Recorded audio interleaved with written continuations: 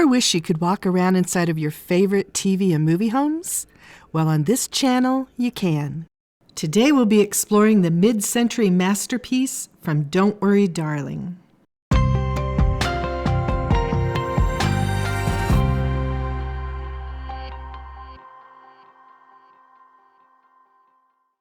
Hi, I'm Rena Coates. I have a degree in architecture and an obsession with set design. Welcome to Behind the Scenes, where we get up close and personal with all your favorite TV and movie homes. Today we'll be touring Jack and Ellis's home from the 2022 movie Don't Worry, Darling, starring Florence, Pugh, and Harry Styles. You'll get to see views of the home not shown to us in the movie, and a spectacular home like this deserves to be explored. Let's get started. We'll begin with an overhead view to help us get our bearings.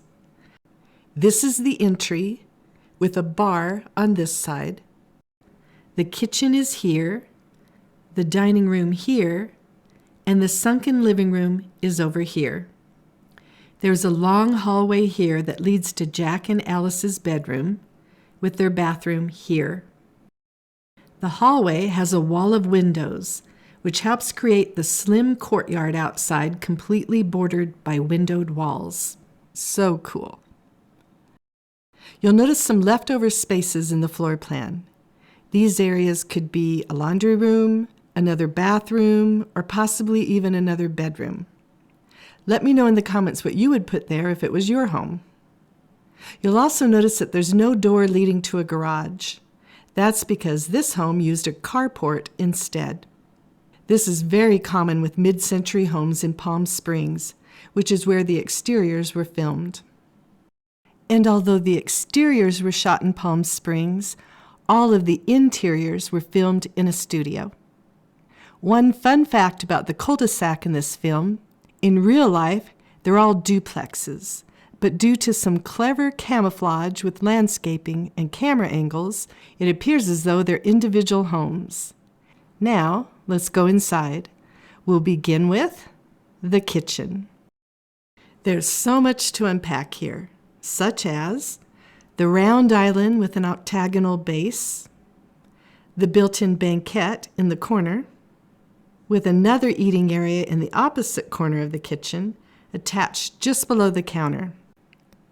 The long rows of low cabinets lining these walls, with frosted, slatted windows above this set of cabinets, and storage underneath with lighted sliding doors that are also made of frosted glass. The pantry tucked back in this corner with a transom above the entrance and a curtain instead of a door. This refrigerator with blue on the top and white on the bottom. This wall in the kitchen is on the other side of the fireplace, which makes the backsplash here on this side brick.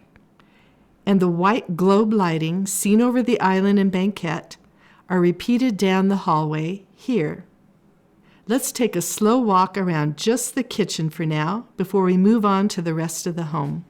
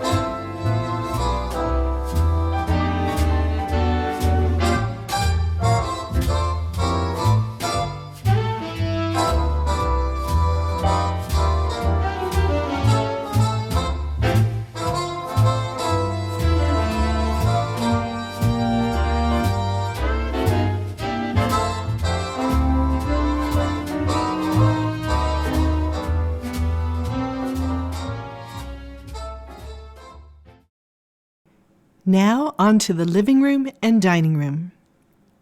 The movie takes place in the 50s in an idyllic neighborhood where everything is almost a little too perfect, a little too beautiful. And although it takes place in the 50s, you'll also notice elements from the 60s and 70s incorporated into the design scheme. How can that be? Well, the production designer, Katie Byron, explained that she did this purposefully to leave the audience with the feeling that something was just a little bit off. No spoiler alerts, but this idea fits in perfectly with the overall theme of the movie.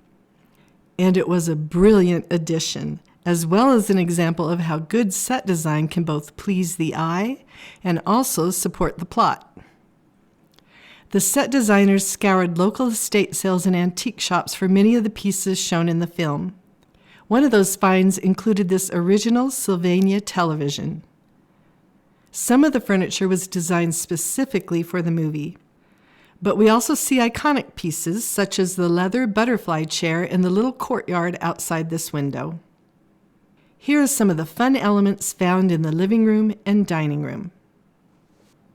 The steps that go down into the sunken living room meet up at this corner and have a built-in wooden cube that holds a lamp. Tucked into this end of the stairs is a gorgeous custom-made stereo cabinet that helps define both the living room area and the dining room above. The windows along this wall look all the way through to the hall that leads to the bedroom. And this wall of windows looks out into the backyard enclosed by creamy concrete blocks, punctuated with decorative breeze block inserts and with fuchsia blossoms climbing over the top. Divine. And then we have the large custom built-in sofa with a triangular glass coffee table in front and chairs on the side. I love the large stone wall behind the table in the dining room, which normally might be reserved for a fireplace wall, but the fireplace is on this side of the dining room. This brick fireplace divides the kitchen from the dining room and is open at the top with just the flue going up through the roof. We'll be touring the main bar area soon, but there's also a smaller bar area here in this nook between the kitchen and the dining room. Perhaps this bar cart was meant to be close at hand when they were entertaining guests in the dining room. These rooms have gorgeous vaulted ceilings with clear-story windows letting in lots of light and making it feel as if the ceiling floats. We'll take a tour of these two main rooms now before exploring the rest of the home.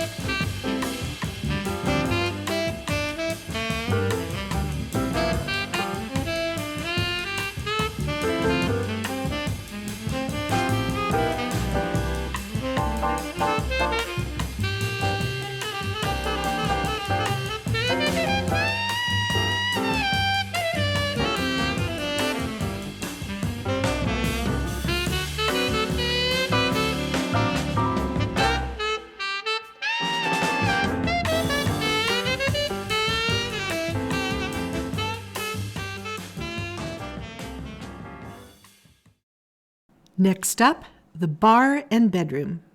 We're about to take a walk down the hallway to the bedroom, but on the way there, we'll pass this impressive bar area.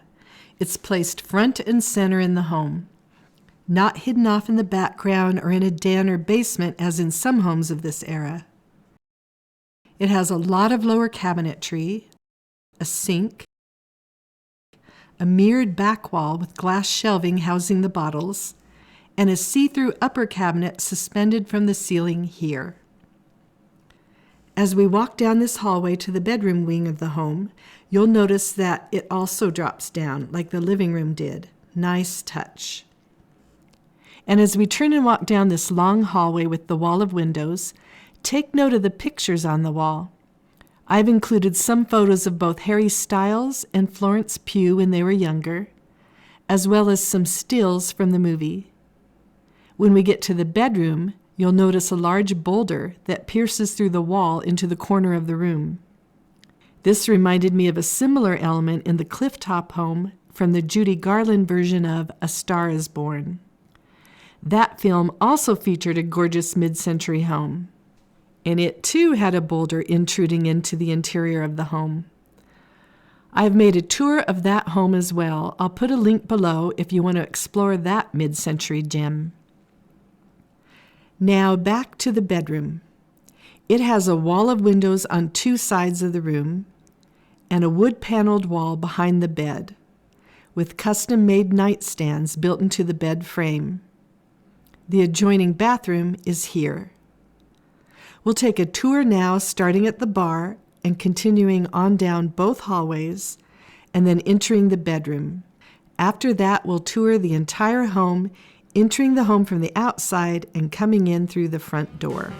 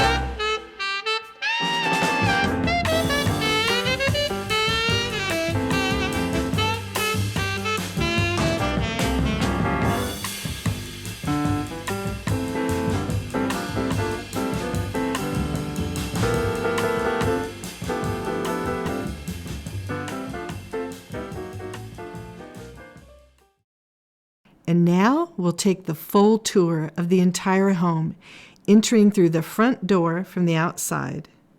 At the end of this tour, I'll show you the total square feet of the home as well as the cost in today's dollars.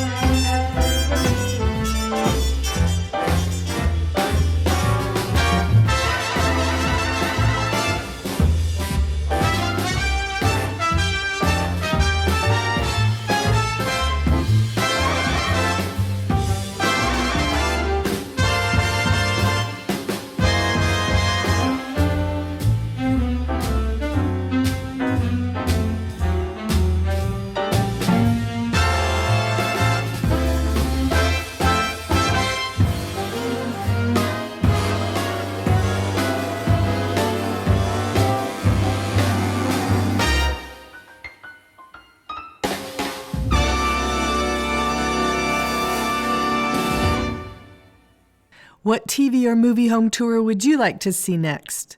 Let me know in the comments. But as for today, that's a wrap. See you next time on Behind the Scenes.